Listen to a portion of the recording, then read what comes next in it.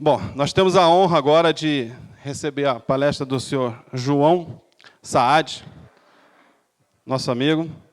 João Saad é radioamador há 44 anos, esteve afastado bastante tempo devido aí à sua vida profissional. Ele é engenheiro eletrônico, seguiu na carreira de engenharia eletrônica desde então, trabalhou 35 anos na Eletrobras, no Centro de Pesquisas da Eletrobras, principalmente em compatibilidade eletromagnética e aterramento de sistemas eletrônicos em usinas e subestações. Ou seja, profissionalmente, o nosso amigo João trabalhou 35 anos no assunto que ele vai falar hoje, certo? É membro fundador do GDE, do Grupo de Defesa Espectral, assim como o Flávio, e está nos brindando uma vez mais com a sua presença. Então, eu peço a todos que recebam aqui com muito carinho meu amigo João Saad Júnior. Para mim não errar, né?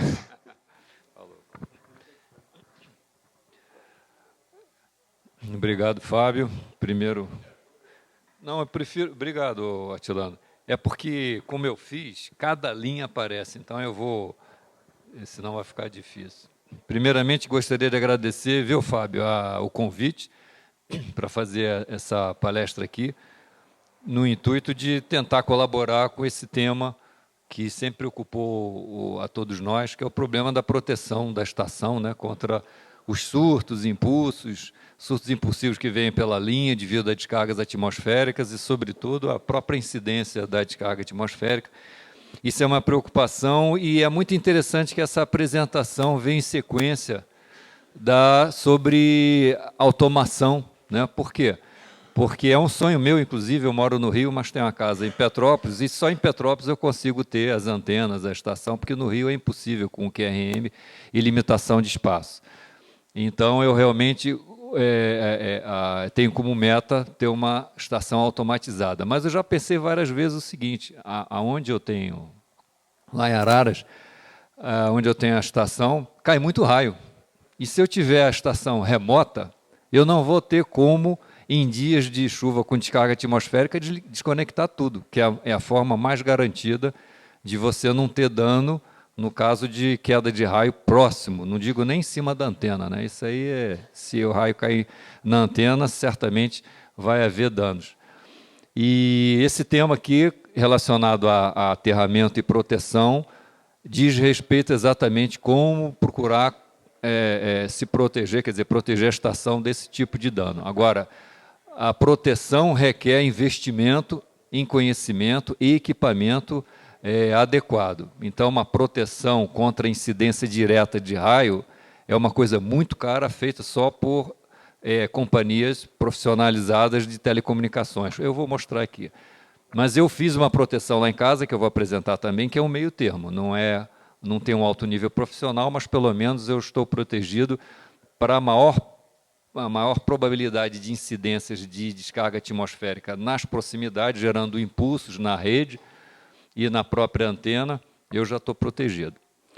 Bom, então o objetivo da palestra e algumas considerações iniciais importantes são: o objetivo, apresentar os fatos relevantes sobre o aterramento das estações.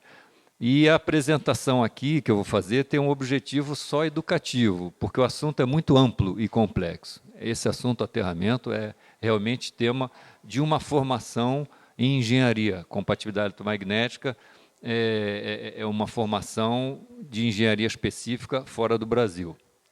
E o tempo aqui é limitado, né? E é importante a gente ter em mente que toda instalação elétrica deve ser analisada por pessoa devidamente habilitada. Então, o que eu vou colocar aqui são informações importantes, mas não é receita de bolo. Qualquer trabalho em cima de proteção de estação, feita pelo proprietário, é por risco próprio.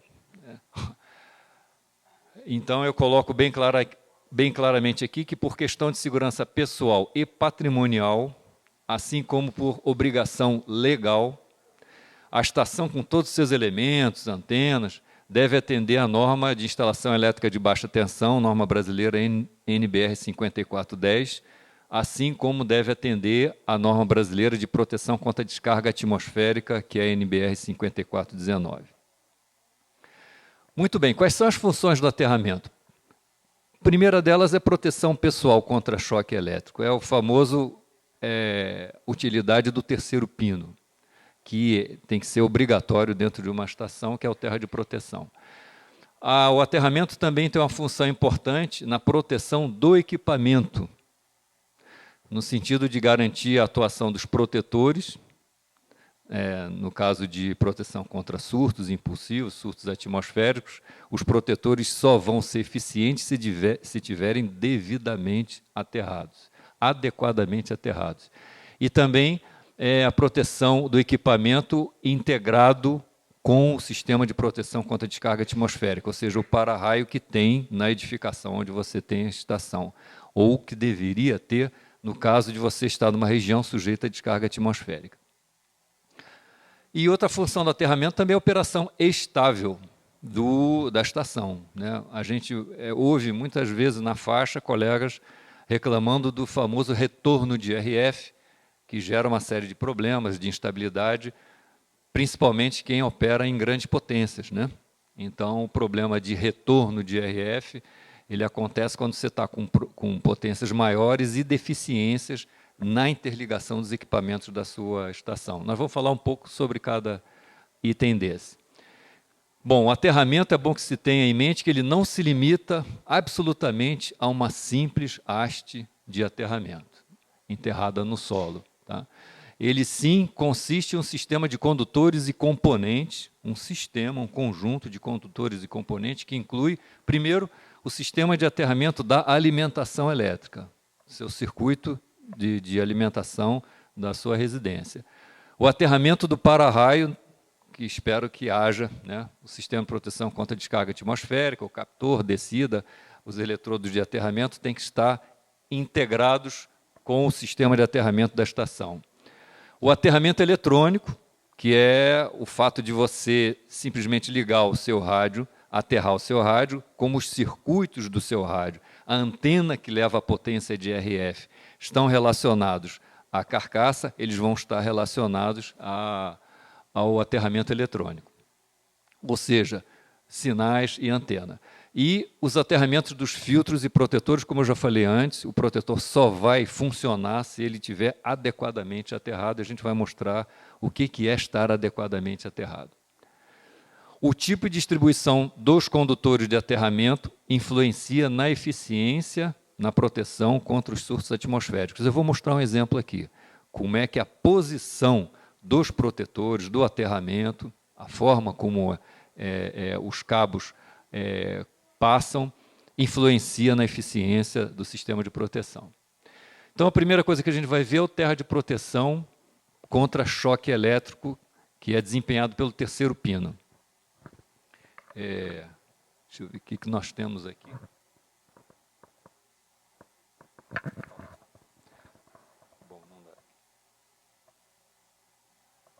Bom, o que nós temos aqui, que eu representei, é uma instalação bem simplificada do que acontece normalmente nas nossas residências, né?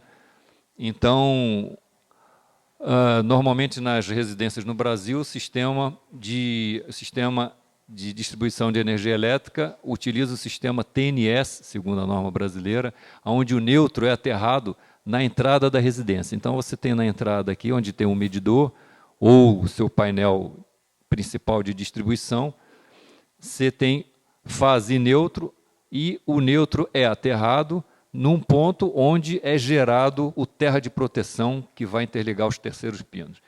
Então, o neutro é aterrado em apenas um ponto. Não confundir nunca terra com neutro, isso é uma coisa muito importante. O que acontece no caso de você não usar o terceiro pino e você ter um curto-circuito, por exemplo, entre fase e a carcaça do seu equipamento, que é metálica? Como você está pisando, né, no solo aonde é referenciado o neutro, se você tiver um curto-circuito, a carcaça vai ficar energizada e, ao tocá-la, você vai estar sujeito a um choque elétrico na tensão, no pior caso, na tensão de fase. Tudo vai depender do calçado que você usa, o tipo de piso, se está no primeiro andar, no segundo andar, Mas a minha estação, por exemplo, ela está no térreo. Enfim, é um piso frio, e se eu tiver com o pé molhado, por exemplo, um chinelo com o pé molhado, e tocar no equipamento onde tem havido um curto-circuito para a carcaça, eu posso tomar um choque. Qual é a função do terceiro pino, então? A gente pode ver ali que, como o terceiro pino aterra a carcaça ao mesmo ponto onde o neutro está, no caso de haver um curto-circuito entre fase e carcaça, esse curto-circuito gera uma corrente que flui pelo terceiro pino, elevando essa corrente a níveis em que vai fazer operar a sua proteção, quer seja um fusível ou um disjuntor. Então, além de você estar tocando numa blindagem que vai estar referenciado ao terra, é bem verdade que, dependendo da bitola e do comprimento do terceiro pino, alguma tensão ainda pode aparecer sobre a blindagem, mas, sobretudo, a sobrecorrente faz com que esse curto-circuito seja limpo por ação de disjuntor ou de fusível. Então, é assim que funciona o sistema TNS, e essa é a importância do terceiro pino. Agora vamos analisar a questão da descarga atmosférica, do raio. Então, todo mundo sabe como é que funciona, como é que é desenvolvido o raio, né? Você tem uma nuvem carregada, essa nuvem carregada, em relação ao solo, desenvolve um campo elétrico bastante intenso, que, através de um rompimento complexo, através de um líder, fecha essas cargas entre nuvem e solo, permitindo, então, uma descarga impulsiva, com uma velocidade muito alta e uma energia muito grande entre nuvem e solo, que é efetivamente o raio. Quando o raio se dá, ou seja, quando existe essa descarga entre a nuvem e o solo, essa descarga provoca uma distribuição de correntes pelo solo. E essa distribuição de corrente pelo solo forma o que se chama de gradiente de potencial, em que pode ser verificada da seguinte forma: se você tiver dois eletrodos enterrados em contato com o solo, dependendo do ponto em que caia, da distância onde esse raio caia em relação a esses eletrodos e a distância dos eletrodos, você pode desenvolver um potencial de vários milhares de volts aqui. Até se você estiver pisando, é o famoso potencial de passo. Se cai um raio perto, não precisa ser necessariamente em cima de você, mas se cai um raio perto, o potencial de passo faz com que você salte involuntariamente. Então, uma vez eu até recortei um artigo que falava sobre um raio que caiu na praia de Ipanema, tinha pessoas na água, próximo à queda do raio, e todas elas pularam como pipoca. Na verdade, é exatamente esse fato aqui. A distribuição radial de corrente faz com que haja uma diferença de potencial entre pontos distintos, onde, por exemplo, a pessoa pode estar pisando, e essa diferença de potencial causa um impulso entre as pernas, e esse impulso causa uma reação muscular, né? Um impulso muscular que você involuntariamente se joga. Isso, infelizmente, já aconteceu comigo.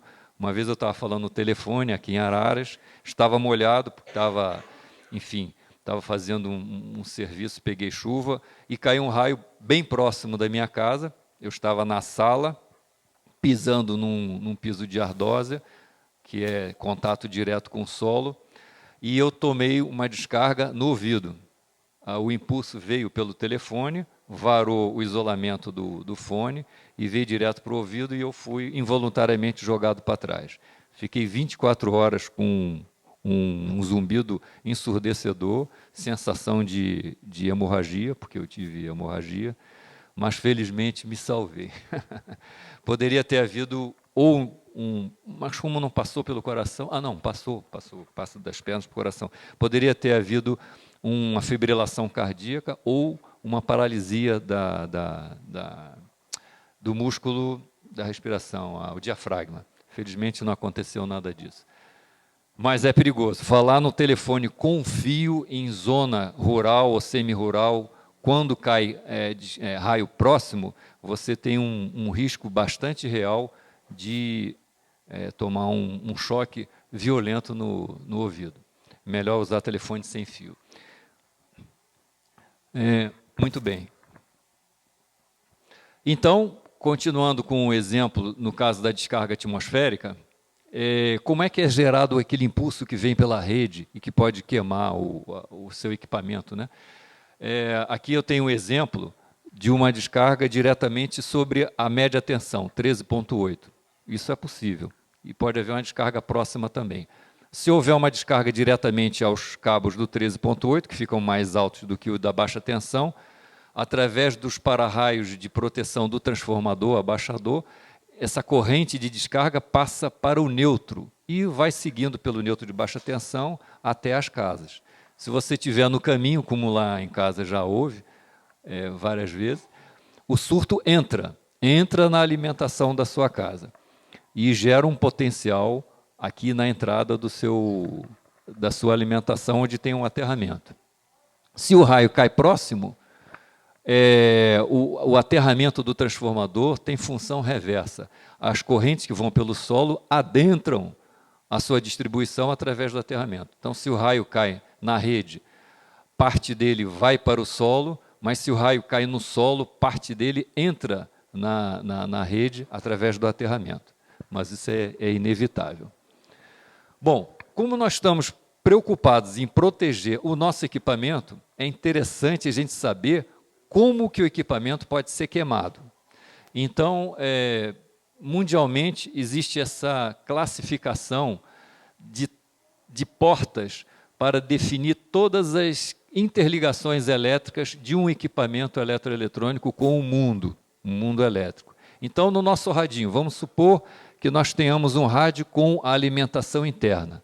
Não é aquele rádio que você entra com mais ou menos 13.8, mas é a mesma coisa. O que acontecer aqui, acontece na sua fonte externa.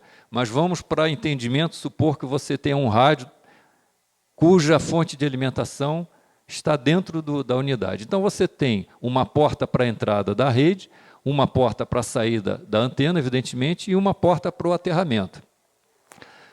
Você queima o rádio quando você ultrapassa, quando você gera um impulso entre fase e neutro acima da suportabilidade, de modo diferencial, vou mostrar adiante, da alimentação, da mesma forma com uma antena, ou quando você ultrapassa a suportabilidade de tensão entre uma porta e outra. Então, nós vamos ver isso. Inicialmente, vamos classificar as tensões e correntes como modo diferencial e modo comum. Isso vai ser muito útil para se entender determinadas situações à frente. Então, o modo comum, por exemplo, é o que a gente tem na tomada de alimentação da rede, onde você tem fase e neutro.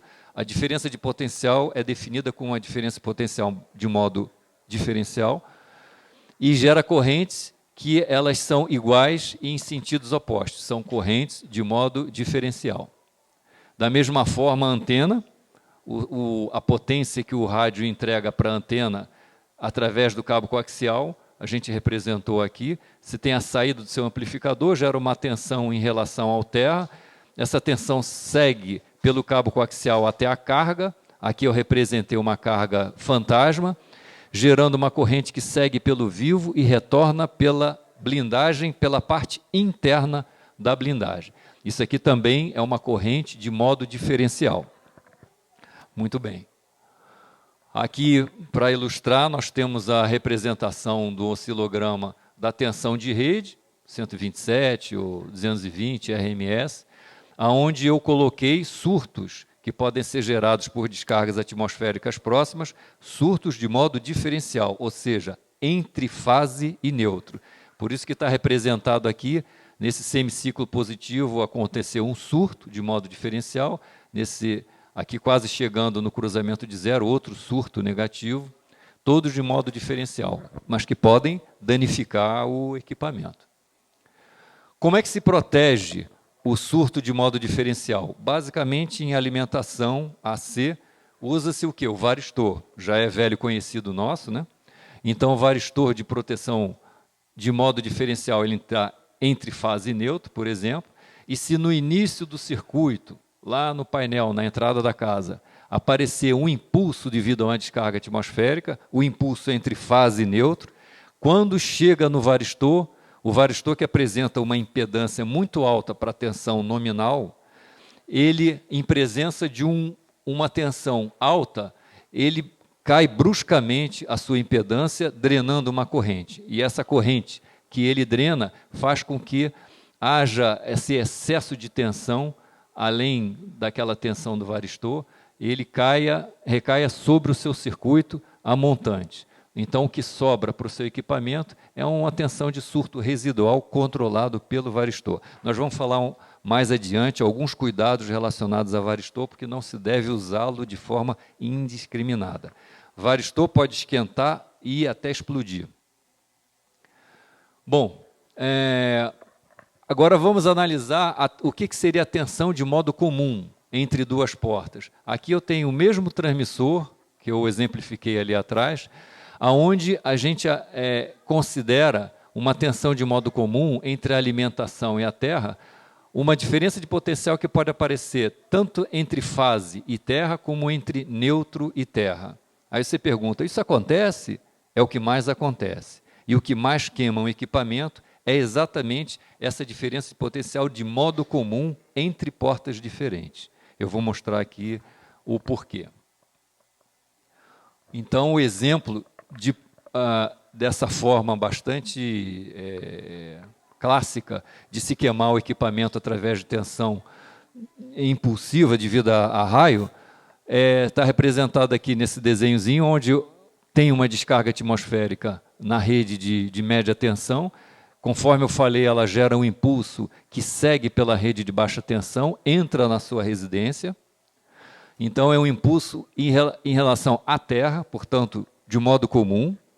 E, se você, por acaso, cometer o engano de querer fazer um terra dedicado para a sua estação, sob a justificativa de ser um terra limpo, evitar problemas de ruído, você é um forte candidato de ter o seu equipamento queimado. É muito simples entender por quê. Se você tem um terra dedicado, um terra só para o seu equipamento da sua estação, esse terra ele é diferente, ele está localizado a uma certa distância do quê?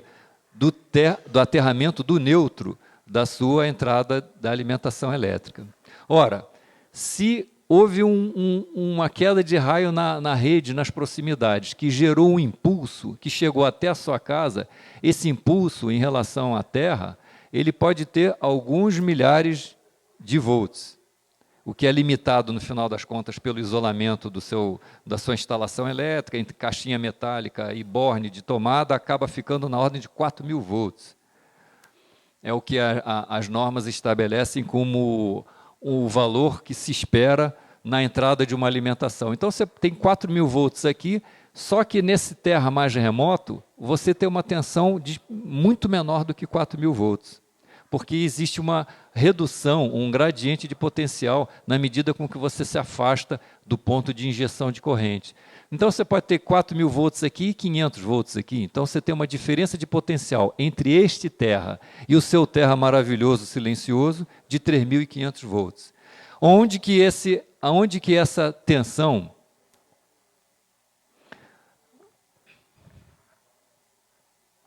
aonde que essa diferença de potencial entre esses terras recai? Justamente naquele isolamento da sua entrada de alimentação. E rompe esse isolamento e queima seu transformador de entrada, seja uma fonte analógica, seja uma fonte chaveada, vai queimar a sua fonte. Então, não se deve de forma alguma, veja bem, não se deve de forma alguma usar um terra dedicado para a estação, desvinculado dos outros terras do sistema. Isso aí é um erro.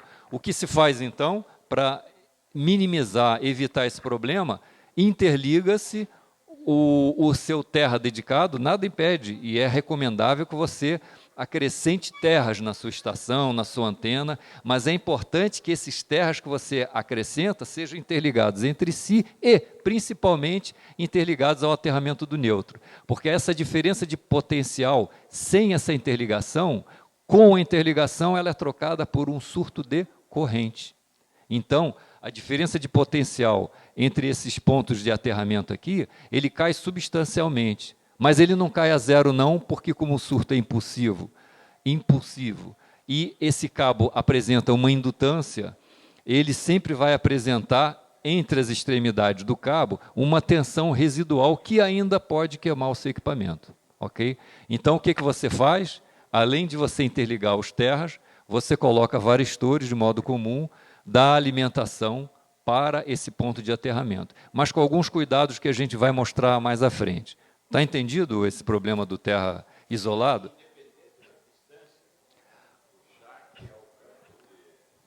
Independente, e quanto maior a distância, mais importante é essa interligação, porque quanto maior a distância, maior será a diferença de potencial entre o neutro, consequentemente fase também, e o terra que você colocou para os seus equipamentos. Então, oi? E se nesse meio desse espaço tiverem várias torres, você interliga tudo isso. Mas eu vou mostrar aqui mais adiante, ok? Bom, então a proteção contra surto de modo comum, feito também com varistores, é dessa forma. Como o modo comum ele aparece entre fase e terra, ou entre neutro e terra, você vai ter um varistor para cada circuito desse terra, ok?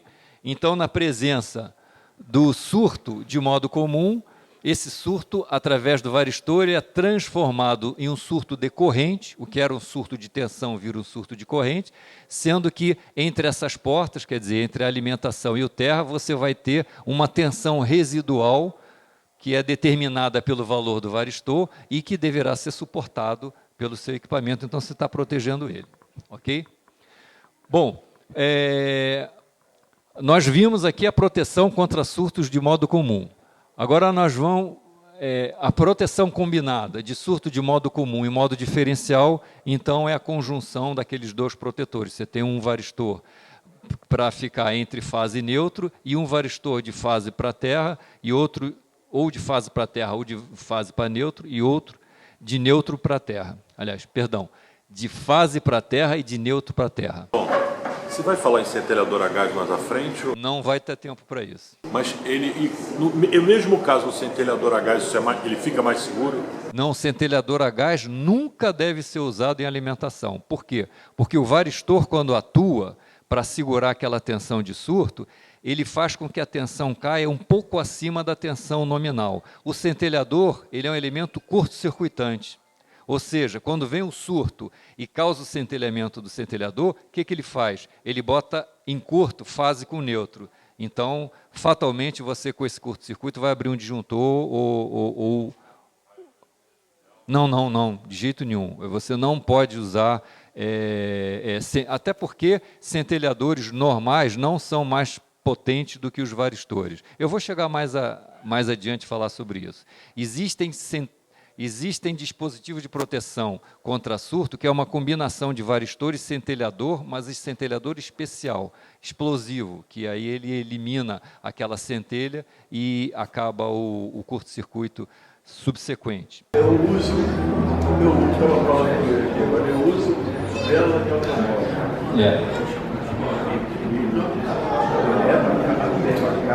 Mas aí é na antena, não na alimentação, na antena. Na alimentação não deve ser feito isso. A sorte é que nunca veio o impulso que tenha colocado em franco curto-circuito fase neutro ou que você tenha atrás um disjuntor, que aí você bota em curto, o disjuntor abre, não tem problema. Mas centelhador nem é permitido pela norma 5410, justamente porque é um elemento curto-circuitante. Bom, continuando aqui...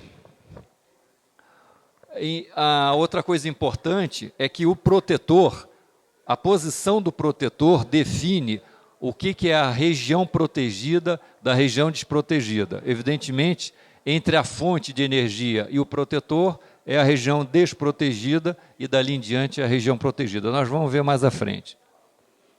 Bom, importante a gente saber sobre varistores, conforme eu falei antes. Importante a gente saber sobre varistores, conforme eu falei antes, é que eles têm tamanhos e capacidades distintas. Quer fazer uma pergunta? Oi? DDR? Não, aí... DDR... mas o DDR é um dispositivo de proteção contra curto de 60 Hz, não impulsivo. Diferencial residual. Esse é outro tipo de... Em vez de disjuntor, é o DDR. Então, olha, só estou preocupado. Quanto tempo a gente tem? 17 minutos tá, porque é muito extenso, tem muita coisa para mostrar para frente. A não ser que vocês concordem em matar 5 minutos aí do coffee break. Bom, vamos lá. Os varistores têm capacidades distintas de absorção de energia, nós vamos ver mais adiante. Importante, eles podem aquecer, entrar em curto e explodir, porque o varistor ele se desgasta, né, dependendo da potência dos surtos que ele drena, que ele absorve, ele pode começar a se desgastar, entra em thermal runaway, a tensão nominal que onde ele deveria apresentar uma impedância alta, ele começa a drenar a corrente, esquenta, entra num círculo vicioso e pode até explodir. Então, a recomendação fundamental que a gente faz é: não use os varistores. Compra o varistor e usa lá na rede. Não. O que deve se usar são dispositivos de proteção contra surto, definido na norma como DPS. Os dispositivos de proteção contra surtos comerciais, eles usam varistores, porém, eles dispõem de elementos de proteção contra sobrecorrente, sobretemperatura e atendem à norma 5410. Então, são elementos que têm que passar por testes, né? Acho que no Inmetro mesmo, ou enfim, eles têm que ter autorização, passar por ensaios de suportabilidade, ou pelo menos deveriam, e são elementos que vão lhe proteger de problemas de explosão e sobreaquecimento. Então, não usem varistores por conta própria na alimentação, usem dispositivos de proteção contra surto. Existem várias marcas aí no comércio. Os protetores eles têm diferentes capacidades, por exemplo, existem DPS, protetores na forma de caixa moldada, como se fosse disjuntor. Então, você pode comprar esses protetores e instalar diretamente no seu painel. Eu vou mostrar o exemplo que eu fiz lá em casa, com esses DPS instalados. Então, são protetores que você vai botar entre fase e neutro, entre neutro e terra, dependendo se você está aterrado ali ou não, mas basicamente entre cada fase e o terra, aliás, e são protetores de grande energia que vão diretamente no painel.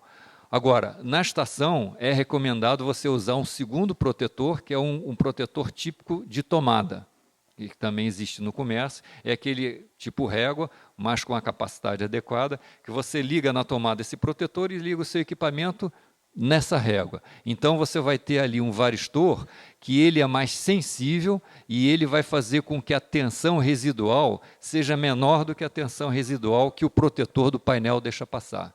Por quê? O protetor, quanto mais potência ele aguentar, maior tensão residual ele deve passar. Então, você faz uma cascata de protetores devidamente posicionados para fazer com que o seu equipamento efetivamente receba uma tensão residual dentro da suportabilidade dele. Ok? Então, é o que eu quis mostrar aí. Vamos falar um pouquinho agora sobre retorno de RF e aterramento de RF, que seria o terceiro ponto das funções, a terceira função do aterramento aí. Mas para isso vale a pena recordar, por exemplo, a energia que vai do nosso transmissor para a antena através do cabo coaxial, por onde que ele passa e o que acontece. Então eu tenho um trecho ampliado aqui de cabo coaxial que está interligado da saída do transmissor a uma carga fantasma. Eu não botei a antena aí, botei ainda a carga fantasma, porque tudo funciona bonitinho com a carga fantasma.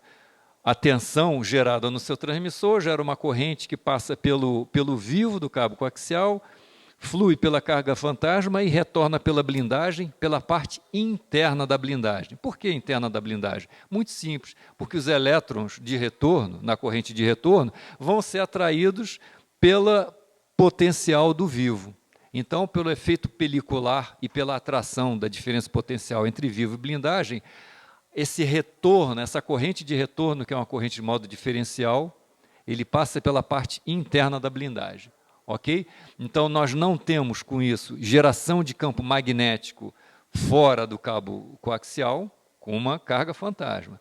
Então, não vai ter corrente externa, geração de campo nem magnético, nem elétrico, porque está tudo confinado. Agora, vamos substituir a nossa carga fantasma por uma dipolinho, tá?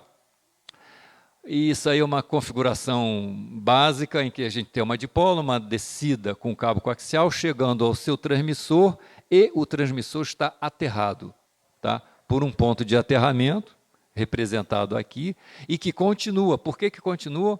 Porque, conforme eu já falei, esse terra não é dedicado, ele é interligado aos demais aterramentos, principalmente ao aterramento do neutro da sua instalação elétrica, tá? Muito bem. Nessa situação, nós podemos gerar uma corrente que passa pela parte externa da blindagem do cabo, que é uma corrente de modo comum, e que é uma corrente que excede, ou seja, ela gera um campo magnético em torno do cabo, porque ela não é compensada por uma corrente no vivo. Quem que pode produzir isso? Vamos ver. Primeiramente, uma descarga atmosférica, um raio. O raio, ele não produz um campo magnético na hora da sua aparição, né, da sua queda. Tem um campo magnético que vai induzir em todo o seu cabo coaxial, na antena, no cabo coaxial, passando pelo seu transmissor, até o terra, vai induzir uma corrente impulsiva. E essa corrente impulsiva, inclusive, ele é uma fonte de geração de ruído na sua recepção, evidentemente. Ou seja, o que eu estou querendo dizer é que aquele ruído que você ouve no rádio devido ao raio, não é só o ruído captado pela sua antena, ele é captado pelo cabo também. Mas isso aí é motivo para uma outra palestra, não há a menor condição de falar sobre esse tema aqui.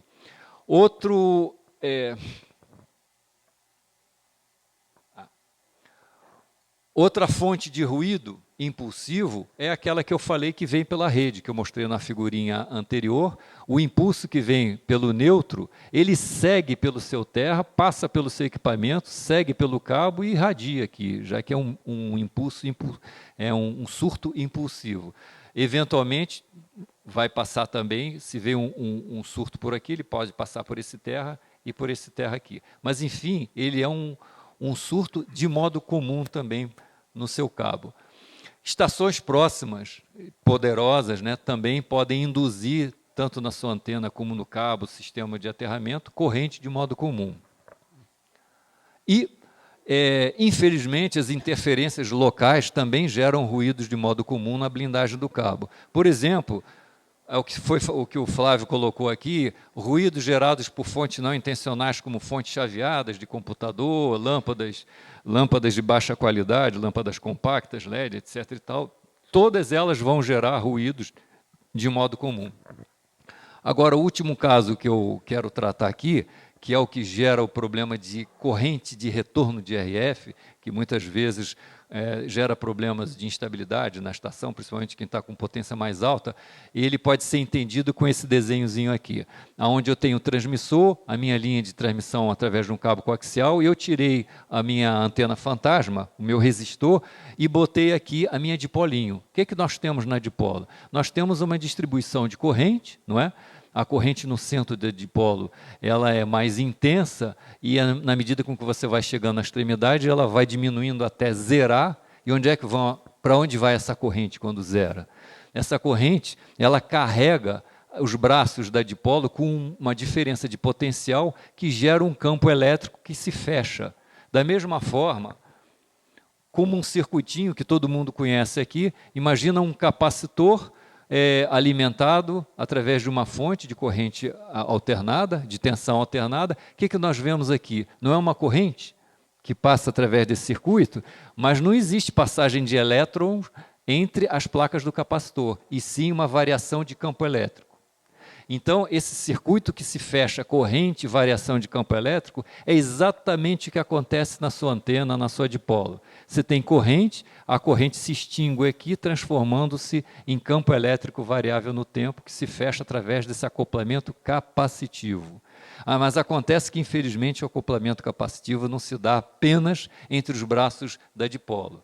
Ela se dá também entre os braços da dipolo e a parte externa da blindagem do cabo coaxial, podendo gerar, no caso de um desbalanceamento dessa antena em relação à blindagem, podendo gerar uma corrente que retorna pela blindagem, passa pelo seu transmissor, indo até indo até a sua ligação de terra. Então, nós temos aqui um acoplamento capacitivo, da mesma forma, o acoplamento capacitivo aqui, podendo gerar uma corrente que vai até o terra, porque no terra você tem um acoplamento capacitivo de volta para o vivo da sua antena dipolo.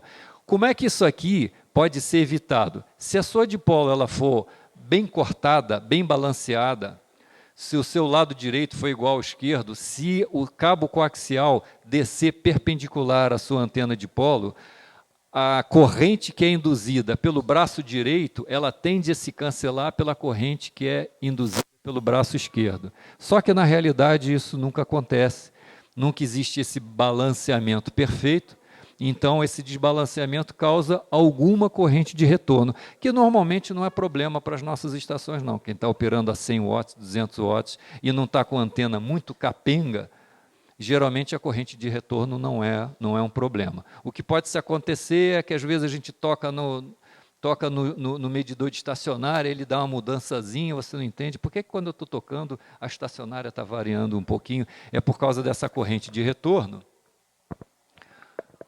em que eu representei aqui, por exemplo, a blindagem do cabo. Então aqui nós temos a dipolo, nessa descida aqui é a blindagem do cabo, que chega no seu transmissor e que vai através de um aterramento até o ponto de aterramento.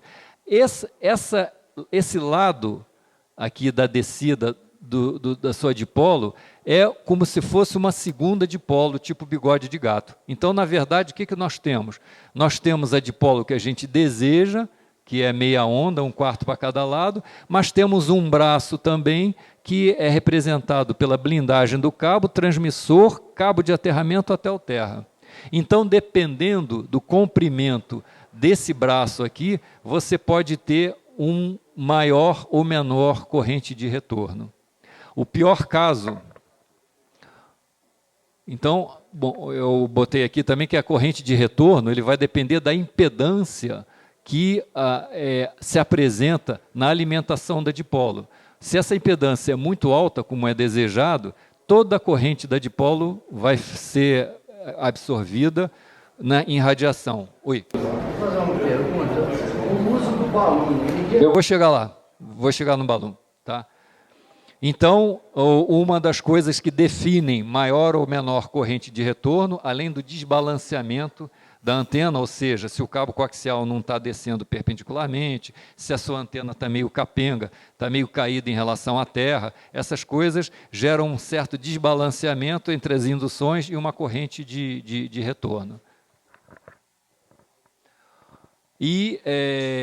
Então, essa corrente de retorno depende da impedância de modo comum, aqui no ponto de alimentação, e essa impedância de modo comum depende de todo esse caminho aqui. Se esse caminho, por exemplo, ele for ressonante, com lambda sobre 2, meia onda, essa impedância que se apresenta aqui é a menor possível. Se ela for múltipla de 1/4 de onda,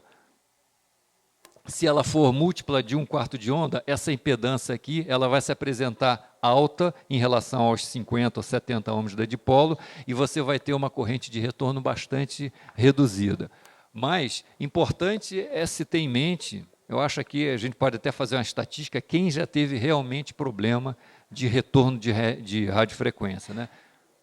5 minutos? Ih, estou roubado.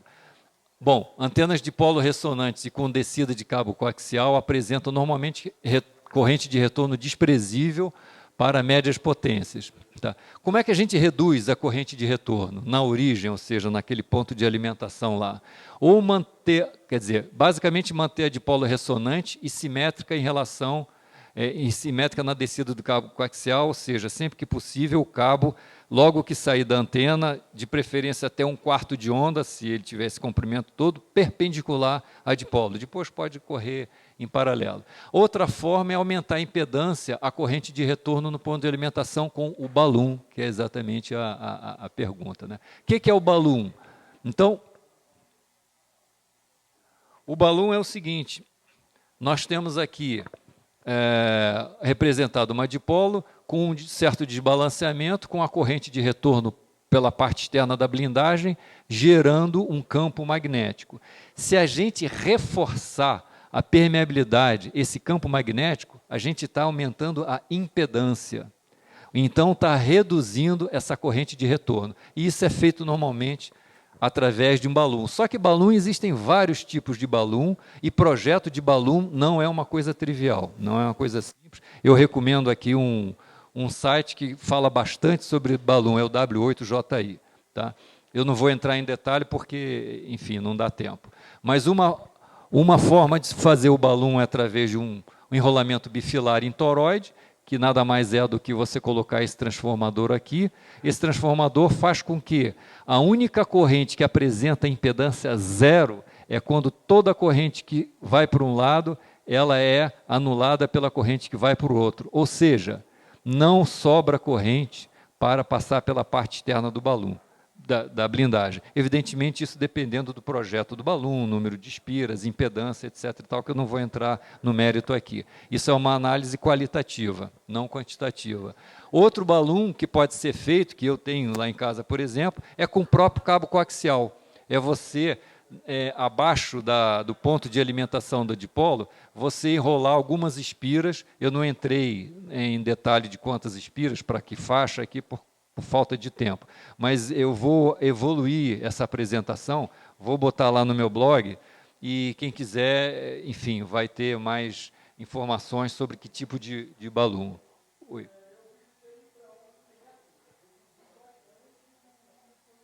Pois é, beleza. Mas olha só, eu vou pedir licença e tentar ir até o final na apresentação, porque senão pode ficar faltando partes importantes. O detalhe aqui nesse balão feito de um enrolamento do próprio cabo coaxial, é que, primeiro, essa bobina ela deverá ficar perpendicular à antena por motivos óbvios, né? Para que ela fique balanceada e você não tenha uma corrente. Por exemplo, se essa aqui estiver no mesmo plano da sua dipolo, o que vai acontecer? O campo magnético gerado por um lado, ele vai ser mais enlaçado pela própria bobina do que o gerado pelo outro lado. Então, você pode até estar piorando. Você está impondo uma impedância aqui, mas está aumentando o acoplamento, entendeu? Então, fazendo um balão desse tipo, é bom deixar ela perpendicular à antena. E outra coisa, para frequências de 7 MHz para baixo, 40 metros, 80 metros, você pode enrolar sem maiores cuidados, porque a capacitância entre enrolamentos para frequências baixas não é importante. Porém, para 20 metros, 10 metros, frequências mais altas, é recomendado você fazer o enrolamento lateralmente para reduzir a capacitância entre espiras e fazer com que o balão seja uma indutância efetiva a frequências mais altas. Acima de uma determinada frequência, a capacitância entre os enrolamentos bypassa o efeito indutivo e você perde o balão, certo? Bom, agora eu vou colocar uma recomendação que essa é fundamental e é usado para estações profissionais, enfim, estações que devem suportar descargas atmosféricas, incidências na torre. Essas recomendações estão aí. Basicamente, a equalização de potenciais e definição de uma zona protegida através de um aterramento centralizado. O que é o aterramento centralizado? Vamos ver se a gente consegue entender essa figurinha aqui. Eu tenho aqui a minha estação, está dentro desse quadradinho aqui, é o meu shack, com os meus equipamentos internos. Então, eu tenho transmissor linear, fonte externa, o PC, controle de rotor, por exemplo. E todos esses equipamentos, eles recebem cabos de alimentação, cabo de antena, cabo de controle, cabo de rede, cabo de telefone. Todos esses cabos eles deverão passar por um ponto centralizado de aterramento e onde ficam os protetores. Isso aqui é uma chapa metálica, preferencialmente de cobre, tá? Onde os protetores vão estar localizados. Protetores de quê? Os protetores de antena, protetores da alimentação, protetores de cabo de rede que entre, cabo de telefone, enfim, todos os cabos que entram e saem da sua estação deverão passar por essa chapa de aterramento aonde estão os protetores. Veja que o terra de proteção aqui, bom, alguns cuidados eu estou colocando aqui. Então, essa chapa é a porta, chamada porta de entrada e saída, placa metálica de aterramento com os protetores de todos os circuitos de entrada e saída da estação. Nenhuma conexão com os equipamentos da estação passa fora desta placa de aterramento. Isso é importante, tá? E, por exemplo, se você tem as suas antenas numa torre, evidentemente essa torre tem que ser bem aterrada. Por quê? Porque no caso de uma descarga atmosférica na antena, uma incidência direta na antena ou na torre, um bom aterramento da torre vai fazer com que a maior parte dessa descarga atmosférica flua para o solo por aqui. Outra parte vai pelo aterramento, fluindo pelos demais pontos de terra, reduzindo a corrente que passará pela blindagem do seu cabo coaxial, por exemplo. Mesmo assim, o seu cabo coaxial, quando chegar nessa chapa de proteção, ele vai ter um protetor que vai desviar a maior parte das correntes da blindagem para a terra, desde que esse terra seja bem feito. Tá? Então, outros cuidados que eu coloquei aqui é forte interligação entre os aterramentos de torre e placa de aterramento. Tá? É aterrado. Deixa eu ir até o final, porque basicamente essas coisas vão ser colocadas aqui. Então, a interligação está claro ali entre o terra da sua alimentação, fase neutro, a sua terra de proteção, que foi gerado na entrada da instalação elétrica, ele vai até o ponto de aterramento também desta placa. Isso é fundamental, já foi colocado. Aqui está um exemplo do que eu fiz na minha casa, na minha estação. Então, é uma estação humilde, né? É uma estação simples, na verdade, dentro de um cubículo aqui nessa janelinha, só tem uma porta e a janelinha. O resto, quem manda é a patroa, e eu não tenho jurisdição. Então, o que acontece? A minha estação está toda aqui dentro, tá? Veja bem que eu vim por fora com uma alimentação de energia elétrica dedicada à estação.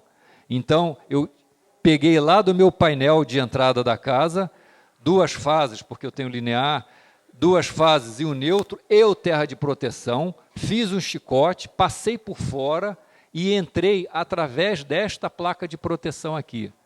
Ok? Então, eu entrei com a alimentação através da placa de proteção. Olha só, uma vista mais próxima. A minha placa de proteção é de alumínio, não quis gastar cobre, mas o ideal seria de cobre. A minha placa de proteção é esta placa de alumínio aqui, devidamente aterrada. Então, esse cabo de aterramento aqui é um cabo, se não me engano, de 25 milímetros, e ele desce.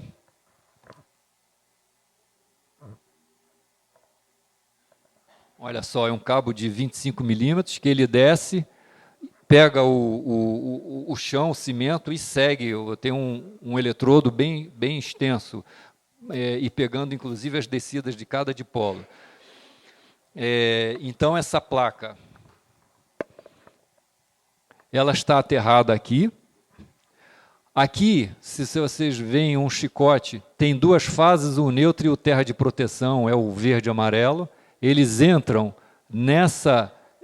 Vocês lembram que eu falei sobre o dispositivo de proteção contra surto, que tem o mesmo formato de disjuntor em painel de disjuntores? Olha os 2 aqui. Cada fase tem um protetor desse ligado para neutro, ou para a terra. Tem o disjuntor, ok? Porque eu desligo o meu circuito para proteção, né? Se tiver um curto dentro da estação, esse disjuntor vai abrir. Então, tem um disjuntor, tem os DPS da minha alimentação.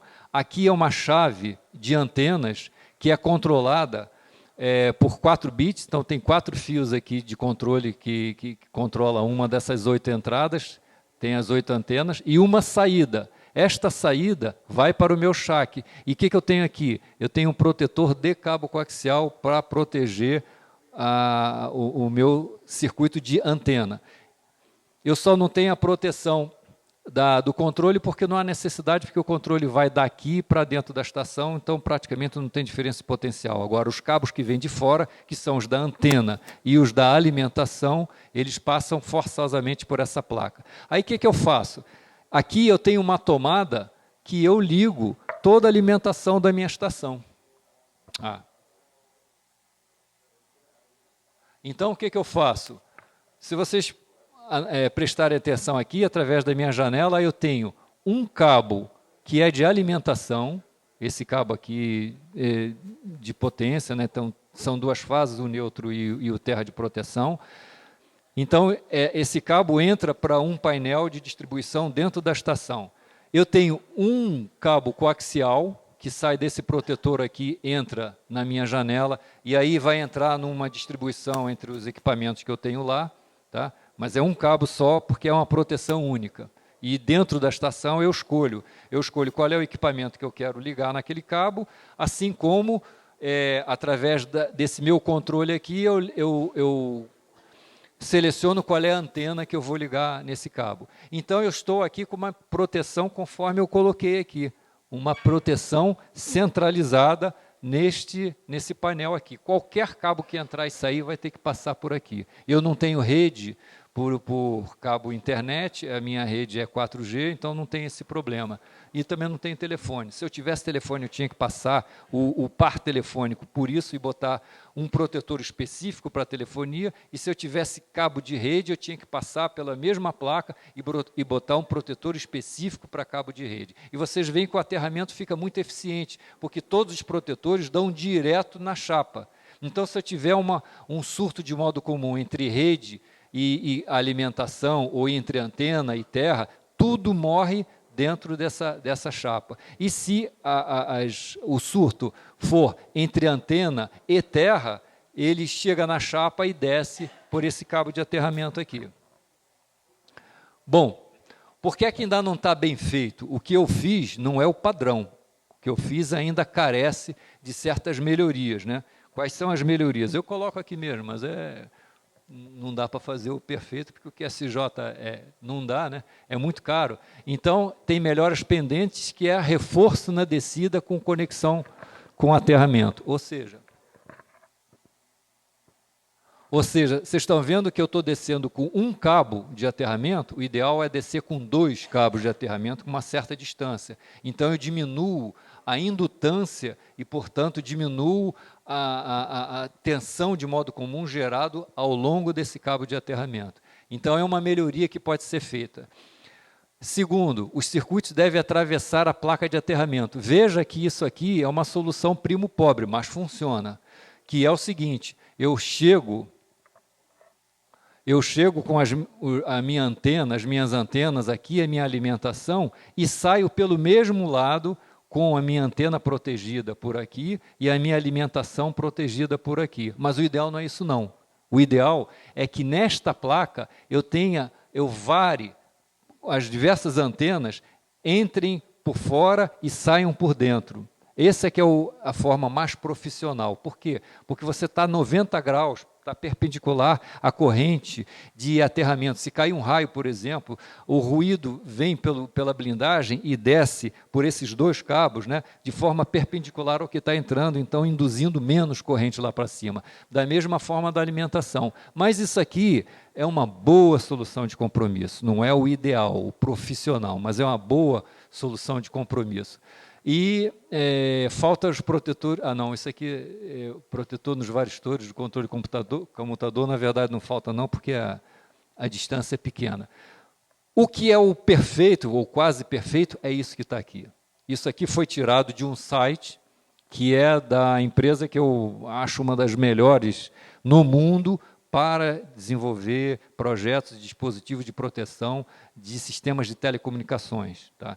Que é a Polyphaser, aqui está o site, o endereço eletrônico, onde tem uma série de application notes, em que num deles eu tomei a liberdade, espero que eles não fiquem chateados comigo, de botar o desenho. Olha que interessante, como é que a coisa feita profissionalmente é mais requintada, ela obedece mais às leis da física e, portanto, é mais caro também. O que nós temos aqui? Nós temos uma placa, mas uma placa dupla, em que os protetores estão todos aqui. E vocês veem que eles têm protetores para as antenas. Olha só, isso aqui é a visão do lado de dentro da sala. As antenas vêm por fora, tá? Isso aqui, você está dentro da sala de comunicações e as antenas, isso aqui é uma parede que tem essa placa de cobre aqui, e as antenas vêm lá de fora. As antenas vêm lá de fora, entram por feed-throughs, são aqueles conectores que você bota de um lado ou de outro, tanto o cabo coaxial quanto o guia de onda, entendeu? Então, as correntes que vêm de descarga atmosférica, que venham pela blindagem, quando vem essa chapa aqui, com esse aterramento de baixa impedância, o aterramento é feito por duas chapas, não é nem cabo, que tem uma indutância muito menor. E esse aterramento pega um anel de aterramento que circunda toda a edificação da sala de comunicações, então apresentando uma impedância baixa para o solo, e isso enterrado. Então, vejam cuidado, a descida de aterramento são duas chapas de baixa indutância, aqui é uma chapa de cobre onde o cabo coaxial vara essa chapa de cobre, pega uma segunda chapa com os protetores, e aqui vocês veem que tem os protetores de antena, protetores de linha de telecomunicações, protetor da alimentação AC, olha só, a alimentação AC veio da tomada, entrou nesse protetor que está solidário a essa mesma terra centralizada aqui, e daqui seguiu para o seu equipamento, o seu transmissor. E olha só o requinte do aterramento do equipamento em relação a esse ponto centralizado de terra. Ele não é feito por um cabo, ele é feito por um strap, por uma lâmina, justamente, e curta, justamente para apresentar baixas indutâncias e outra coisa, esse equipamento está suspenso, ele não toca o solo, de maneira que ele fica pendurado que nem uma maçã, ou seja, afora o acoplamento capacitivo, que é pequeno aqui, não existe, vamos dizer assim, como a corrente de surto passar pelo gabinete para o solo, porque esse gabinete está flutuando. Todos os cabos das portas de entrada, seja antena, alimentação, eles passam pelos protetores que varam pelo lado de fora, e todo esse sistema metálico aqui é aterrado de forma de baixa impedância com um aterramento local. Isso aqui seria uma forma profissional, mas não dando para fazer isso, o que eu já fiz já dá uma proteção muito boa. Última recomendação, acho que eu já extrapolei o tempo, é o seguinte: se a sua proteção não é adequada para suportar incidência, aqui não é indireta ou direta, aqui, indireta, eu botei indireta, mas está errado, incidência direta de descarga atmosférica, e a região é sujeita a raios, desconecte os cabos externos, antenas, controles, etc., e deixe fora da estação em caso de atividade atmosférica. Não adianta você desconectar e deixar o cabo a 1 palmo de você, ou a 2 palmos. Você tem que desconectar e botar para fora e fechar a janela. Porque se houver uma incidência na torre, direto na antena, o impulso de tensão que vem, ele é bastante grande e pode gerar descargas e pegar as pessoas próximas, entendeu? Ou seja, é o velho problema da operação remota que está desassistida. É uma coisa que eu quero fazer, vou fazer, mas é importante saber que ou você faz uma proteção, não essa aqui, uma proteção bastante adequada contra incidência direta, ou corre o risco, que chega a ser até pequeno. O risco de descarga direto na antena é razoavelmente pequeno. Isso pode ser calculado pela norma 5419, dá para calcular e você avaliar se quer assumir aquele risco ou não. Agora, quem daqui já teve uma descarga atmosférica direto na antena? Já teve? Bom, então, olha lá. 2? Oi? Bom, então, você vê que não é tão raro assim. Então, uma incidência direta é perigoso. Ou, se você quiser suportar uma incidência direta e ter um risco baixo de dano no seu equipamento, ou você usa uma coisa bastante profissional, ou assume o risco, ou desconecta. Olha só, para terminar aqui, eu tenho 2 fotos. A estação ligada e a estação devidamente desligada. Eu solto tudo isso aqui, recolho para dentro, fecho a janela e vou para o Rio, porque eu moro no Rio. Fecho a janela e vou para o Rio. Senhores, eu peço desculpas se eu ultrapassei o tempo, conforme eu falei, o assunto é muito vasto, eu estou à disposição para tirar dúvidas. Oi? O meu blog é o último aqui, ó. Último lugar, py1dpu.blogspot.com.br. Lá eu boto alguns artigos que estão sendo desenvolvidos a respeito de proteção. Vou botar essa apresentação que eu pretendo até aumentar. E tem outros assuntos relacionados à alimentação com bateria, no break, etc. E tal, que, enfim, pode ser do interesse. E tem algumas referências onde eu reputo a melhor delas, o handbook, a antena handbook da ARRL, e também esse site aqui é muito bom, W8JI, um site muito completo que fala sobre balões, etc. E tal. Não, nós estamos falando de quantos QSJ aquele seu método de proteção. Quanto que eu gastei ali? Olha lá. Olha só. Bom, isso aqui não é proteção, né? Isso aqui deve estar na ordem, cada protetor desse, para 40 kA, deve estar na ordem de R$200. Se você tiver 2 fases, são 2 dele. O disjuntor é baratinho. Isso aqui, tem muita explicação que eu não pude dar aqui. Isso aqui é para coordenar com os protetores que eu tenho do lado de dentro. O mais caro é isso aqui. É o protetor da Polyphaser, que eu reputo de ótima qualidade, protetor do cabo coaxial. Tá? Eu não sei quanto é que deve estar. Isso aqui, sei lá, acho que coisa de $60, $70. O resto é alumínio, paciência e tempo. Ok? Mas, enfim, volto a dizer, isso aqui foi uma solução de compromisso. Por exemplo, meus vizinhos têm muitas coisas queimadas quando cai raio nas proximidades. E cair raio na proximidade é a coisa mais comum. Nunca caiu raio na minha antena. Eu tenho várias antenas de pau lá. Pois é, nunca cai raio. Porém, nas redondezas, queimando muita coisa, cai raio todo ano. Então, com esse tipo de proteção aqui, mesmo que eu deixe ligado, eu acho que tenho bastante segurança de que com essa proteção e a proteção lá dentro, porque eu não estou me baseando só nesse protetor aqui não. Lá dentro, antes do meu equipamento, eu tenho uma régua também boa com um protetor, que aí fica mais sensível. Além disso tudo, existe alguma reza forte para ajudar? Santa Clara.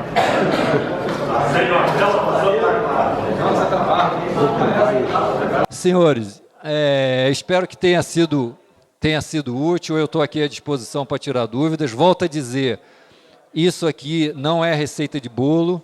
Eu estou apresentando vários aspectos com que as pessoas têm que se preocupar.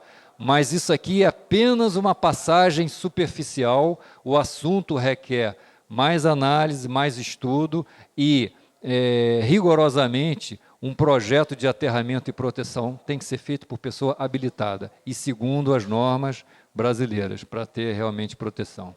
Obrigado.